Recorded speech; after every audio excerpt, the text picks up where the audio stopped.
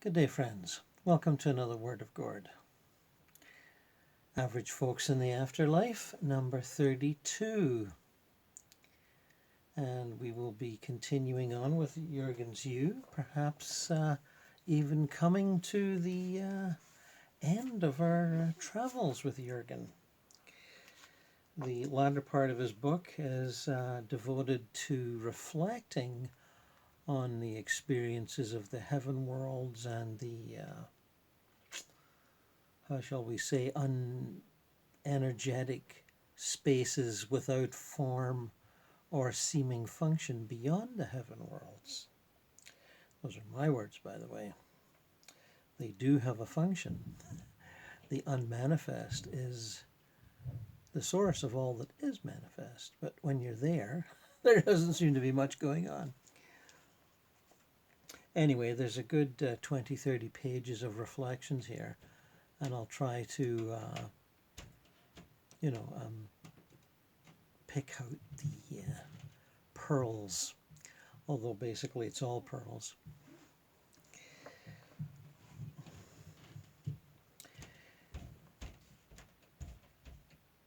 Everything on earth is intimately connected to a counterpart in these home realms of consciousness, and nothing can exist without this link and connection. People with clairvoyant vision will be able to look at physical objects, such as a piece of rock, and actually observe its underlying structure, as I have done after deep meditation, when focusing awareness back on the physical level. We can see the molecular and atomic structure and beyond the pure energy at work in its configuration, which is more complex and more beautiful than our current particle instruments are capable of revealing. Without the link to the superdimensional essence, our earthly or any other life would just not be possible. This includes our every thought and feeling and every breath we take. No thought would be possible or could exist without its anchor in a superconscious energy level. The incredible reality that is every object we contemplate on in this way can connect us to its core energy and the consciousness that it is at the very root of it, by allowing ourselves to merge to its center. Any object we hold our attention on and surrender to in deep contemplation can lead us to its primordial source and connect us to its singularity. In fact, every point in the universe, every atom, even in this dimension, can function as such a gateway if we allow ourselves to merge and surrender to its original pure force. Indeed, everything is a portal to the eternal and infinite if you focus on it long enough.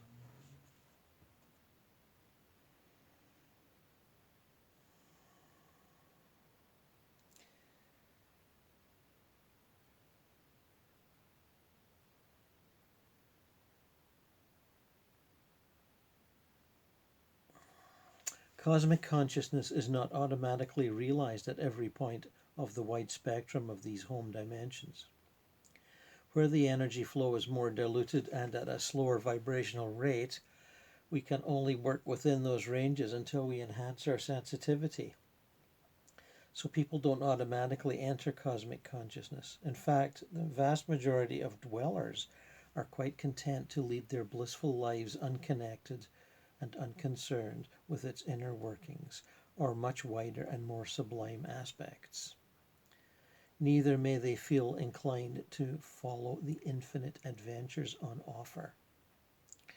Just as on the lower dimensional levels, conscious awakening happens in degrees and is multi-layered and in accordance with the individual's inner program. Some live out their fantasies and simply fashion their own subjective world from the fine matter surrounding them, while others pursue a course of training and further evolution by developing their potentials. They join any of the vast consensus communities that are abundant in the cities, with infinite opportunities for exploration and development. It soon becomes very apparent why people feel inclined to spend the equivalent of millennia here by earthly time comparison. there are more opportunities for not just exploring our potentials, but expanding them than on any other reality level.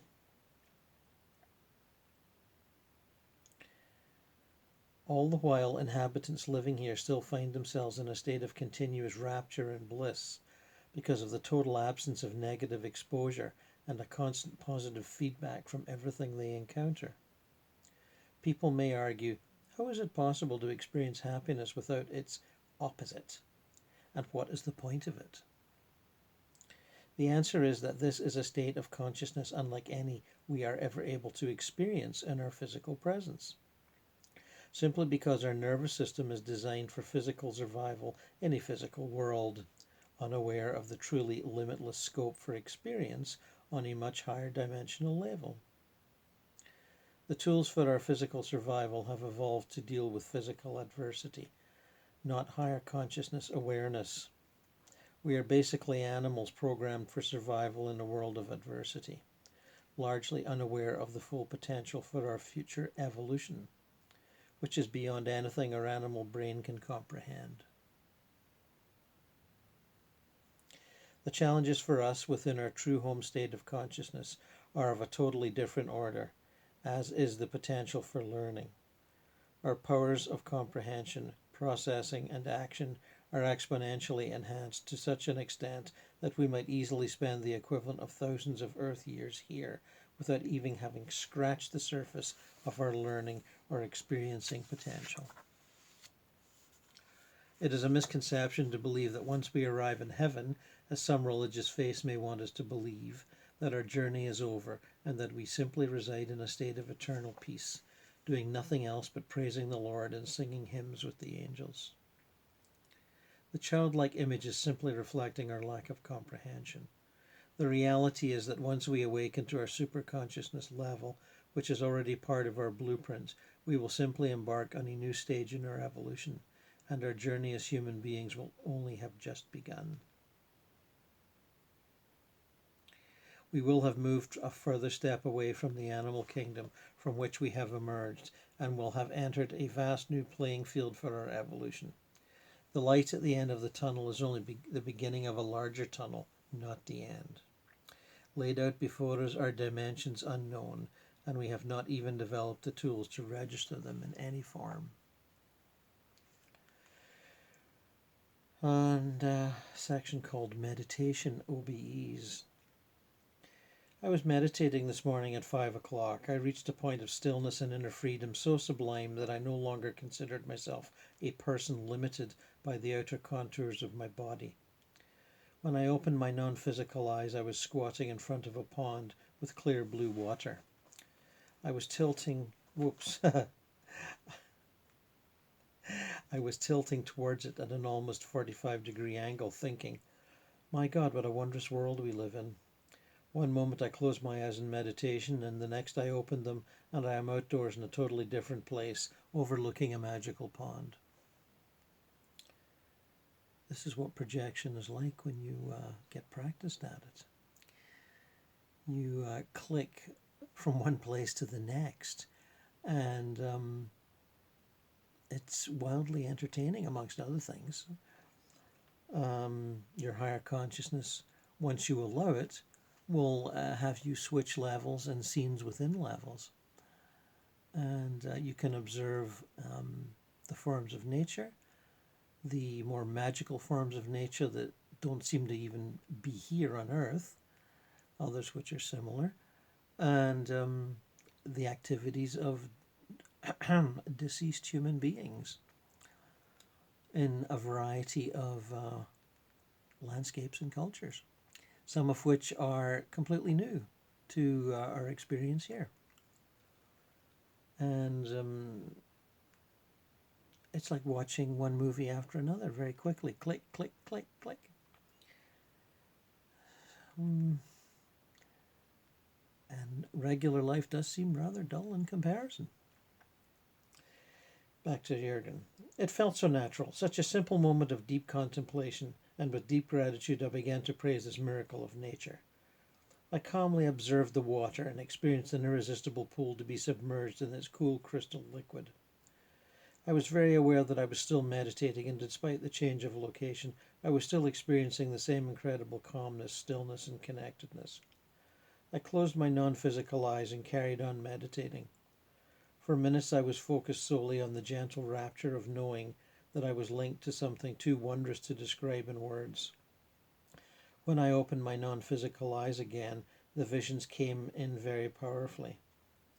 I was now in the vistas of the higher dimension, having surrendered myself joyfully to the inner being that was guiding me through the landscapes. New landscapes of such alien beauty that I began to wonder what kind of god had conjured it up. I was presented with a gift of incredible beauty, an offering to me as an artist and admirer. It was an intimate presentation from one lover to another. I was gliding in a state of silent rapture over strange and unknown lands, changing and shifting as I progressed. One moment the whole world was made out of millions of shades of silver, the light and the atmosphere with the features of the landscape obligingly following the feelings evoked by the colour. The next moment the lands beneath and all around me warmed into mellow pinks, with many lakes and hills rising into sharp peaks. The air was pure light and spirit. Wherever I looked, beautiful architectural features appeared, squatting on little islands with strange exotic fruit trees faceted around them as if holding precious jewels. Yet there was no moment when these alien sceneries did not feel like my homelands, where I truly belonged, despite the fact that the features changed and evolved as my free spirit conquered new territories. There was no awareness of time, and whether I spent minutes, hours, or days, I could not tell. There was yet more to come. I felt the intimacy and closeness to my home becoming stronger, despite the strangeness of the lands floating past me. I became aware of an invisible presence, which I connected to a blue star that appeared over the horizon. It was set within an elaborate kaleidoscope like a diamond in a rare and precious ring. It was getting bigger and bigger as I focused on it, although in reality I was simply swept along as I was drawn towards it in an absolute surrender. As I drifted towards its center, the star became a sun brighter than anything previously known. And here words and thoughts disappeared as our union was fulfilled.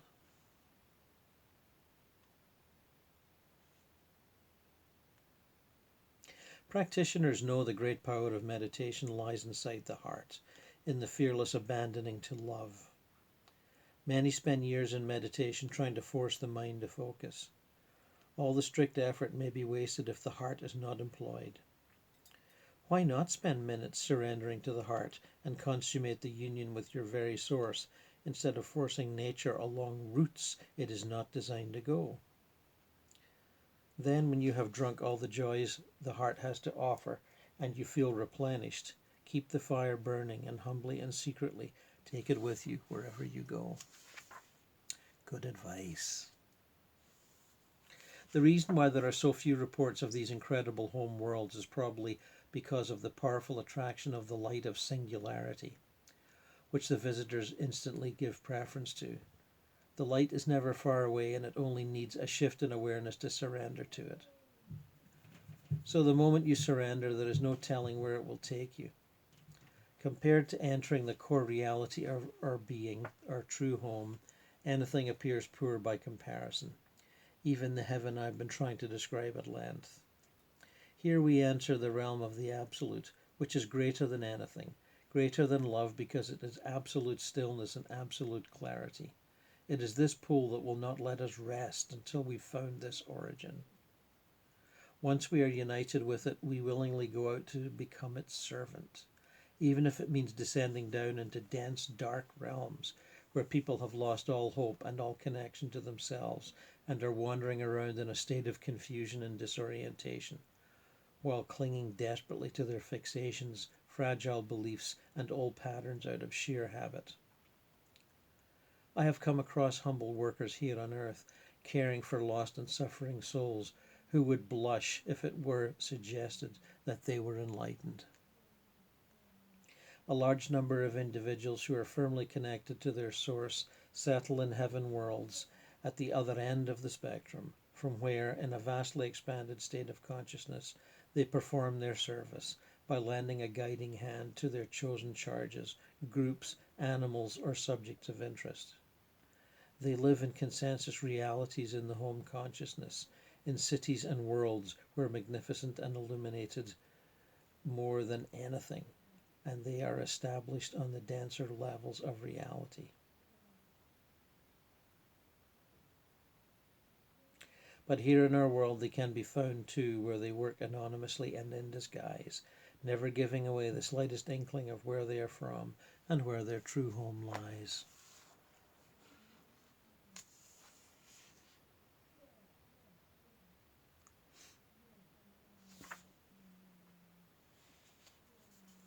And from a section called The Heart of Home,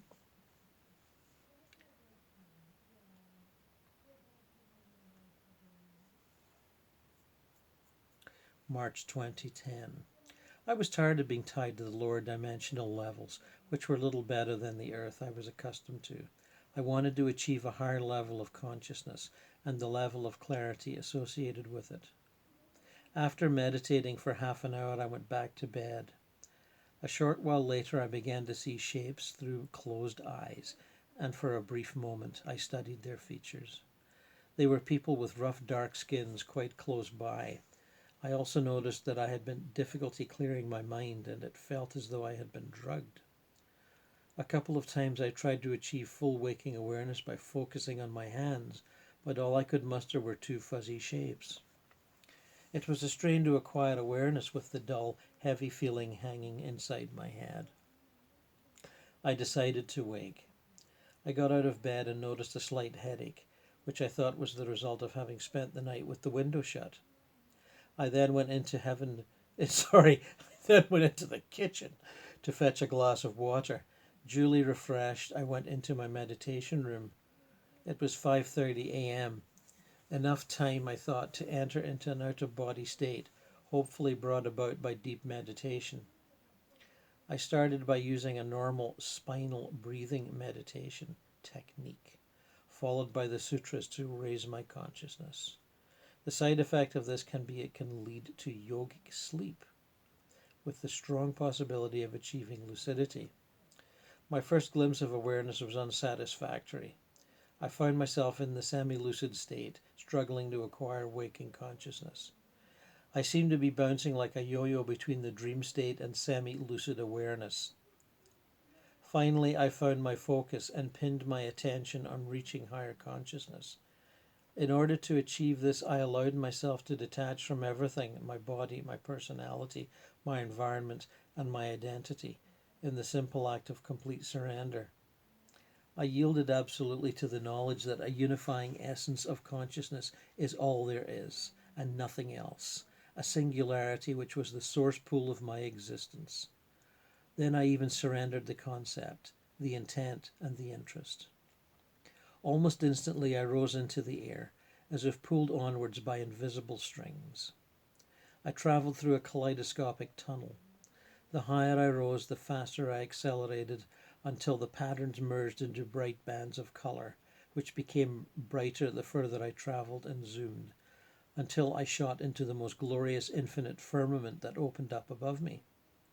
I then felt an incredible benediction, a reassurance that I was recognized by the Force as one of its own. With that came an outpouring of intense love, of which I was unable to tell whether I was the giver or the beneficiary. It was just love in its purest and most sublime form, with an intense joy of being completed and utterly fulfilled.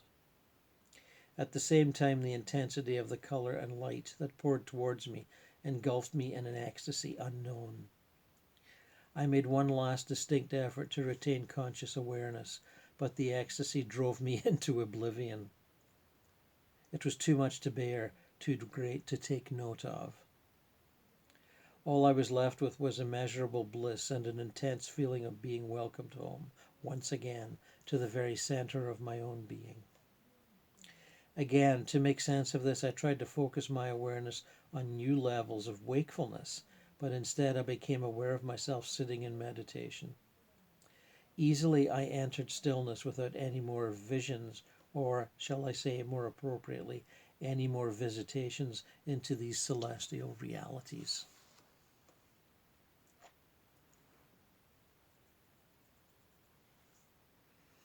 When entering the states of consciousness that are clearly outside the personal identification we are so used to, it is hard, if not impossible, not to be drawn to our very source and find reunification with what we are in our very essence. The way this entry takes place is via an intense and transformative ecstasy. Ecstasy is always based on an intense and very intimate form of unification. When we unite with the person we love in total love and surrender in sexual abandon, we get a small glimpse of what it means to experience ecstasy. But reunification with the very source of your whole being is in a category of its own. There are no equivalents in physical life.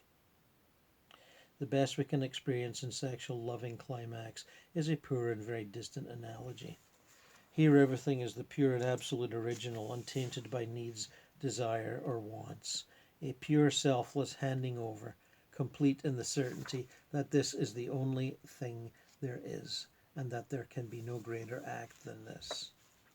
We are caught in the rapture of realizing that we are a billion times more real and significant than we ever thought we were. This only happens because we have abandoned the last trace of significance in utter and total surrender the moment we cut our ties to our ego identification.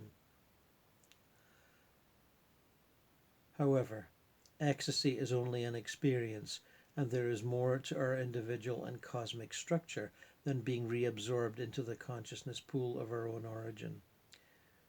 We are here for a purpose. The whole universe with its uncharted and infinite dimensions is here for a purpose too. One purpose is a limitless expansion and regeneration and new and difficult permutations of being. The other purpose is a blissful life in service to others. We are not exempt from the great game of manifestation and have our own place in this.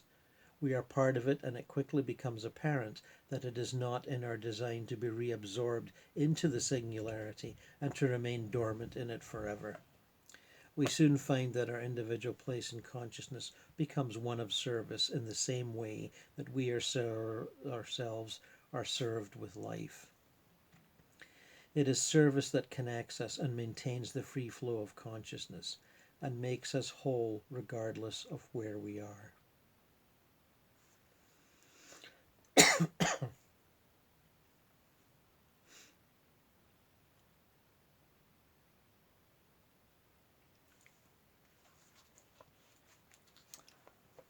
And there we shall leave it.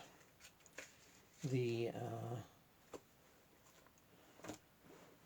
adventurous and masterful evocation of higher states of consciousness and the landscapes that are produced by those higher states of consciousness.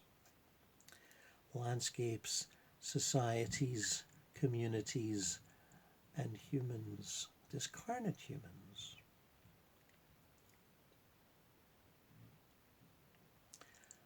And thank you, Jürgen Zhu, for all of that.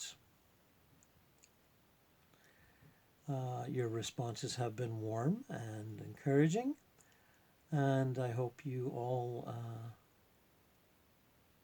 can find some of the adventurous bliss that Jürgen so beautifully describes.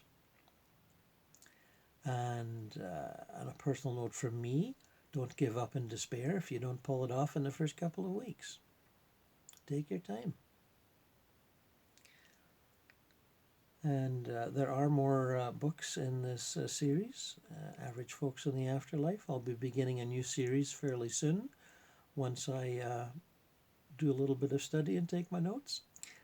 And we will be experiencing other views of the afterlife realms. And until then, enjoy your meditations and be thrilled at your projections. And don't beat yourself up if you can't remember them in the morning. So long, friends.